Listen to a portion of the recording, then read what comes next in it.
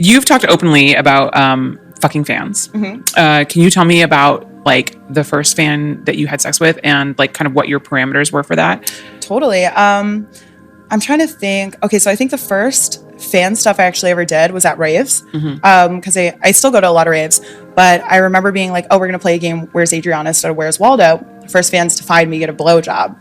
And this is at the time where like what was like really going off. I think Snapchat was really going off. And I had all my model releases like digitally. So I remember being like, oh, if you can find me, get a free blowjob. And then I had throughout the night, like maybe like 6 or 7 fans came and found me. But none of them were brave enough, right? Right. So I finally found a girl fan. And what was the funniest thing about it is she had her boyfriend and she was like, oh, my boyfriend's here. He loves you. Like, can you just wait? Like, I'm going to go get him and come back.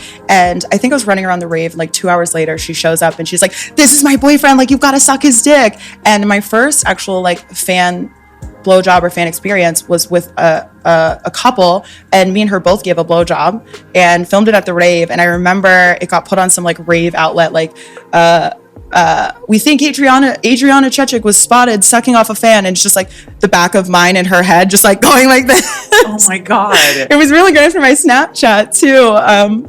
So wait, and you had electronic model releases? Yeah. So I'd be like, I'd be like, here's a free blowjob if you sign this, and then this is what I love about you, like this dirty side of you, where you're like, I'm gonna give a free blowjob to like the first like fan that I find, but also like I'm organized and coherent enough to be like, oh, you have to sign a model release. Like it's like that business side, you know what I mean? I love that. Well, That's so funny. I always vouch for this because people, even within porn, some girls wouldn't want to work with me, or they would be like, oh, you're too crazy, you do unprotected stuff. But ironically, is like even some of those scenes I've released publicly because I love like flavored condoms and glow in the dark condoms and stuff like that. So I'm like, ironically, like I'm also being safe. And then I've always carried around Orquicks. I don't know if you know what those are.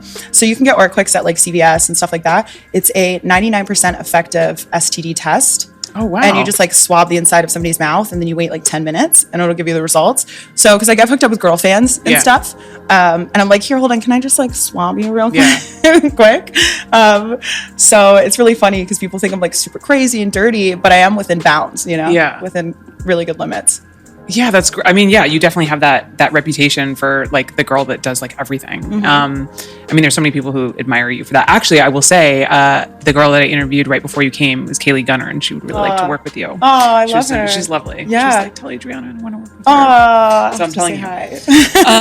That's good. Sadly, though, I guess you're not performing anymore. So a little bit for my OnlyFans. I'm going to do like probably about another year and a half. Okay. And then transition. Okay. Well, we're going to get to that. Yeah. We're going to get to that after the commercial break. But yeah, I mean, it's just great because you definitely have like this crazy reputation and you're really good with that. I feel like you're really great with branding and your image. Yeah. But then you also have this very business side to you, which is like, here's an STD test. Yeah. Here's a model release. Totally. Like, let's actually, you know, this is a transactional thing. Totally. That's and so cool. I had, you know, also like I've always protected myself because I never want anybody to try and make me take back the content. Right. You know, Yeah. And I feel like, you know, if you throw a model release in somebody's face, it causes them to double think, okay, do I really want to be filmed or not? Right. So they know it's legit. But I will say one of my like funniest fan experiences was probably my blow bang. I had gotten a bunch of guys to do a fan blow bang. You know, I was like, I'll give you like a flashlight photo, you know, if you just want to come do it and I'll pay for your test. And I had, I think 17 guys, 3 of them were virgins. And some of them flew all from different states to California to shoot this. And it was so wild because not only were they really, really good, like they put me on a spinning stool and they were like spinning me around, like fucking my face and everything like that. And it was so good. Like at the end of it, I was like, wow, that's so good. And at the time I had a boyfriend and an assistant and I was like, whoa, this was so good. We filmed 58 minutes nonstop. Everyone came on time. And then my boyfriend at the time turns to me and he's like, I gave everyone a Viagra.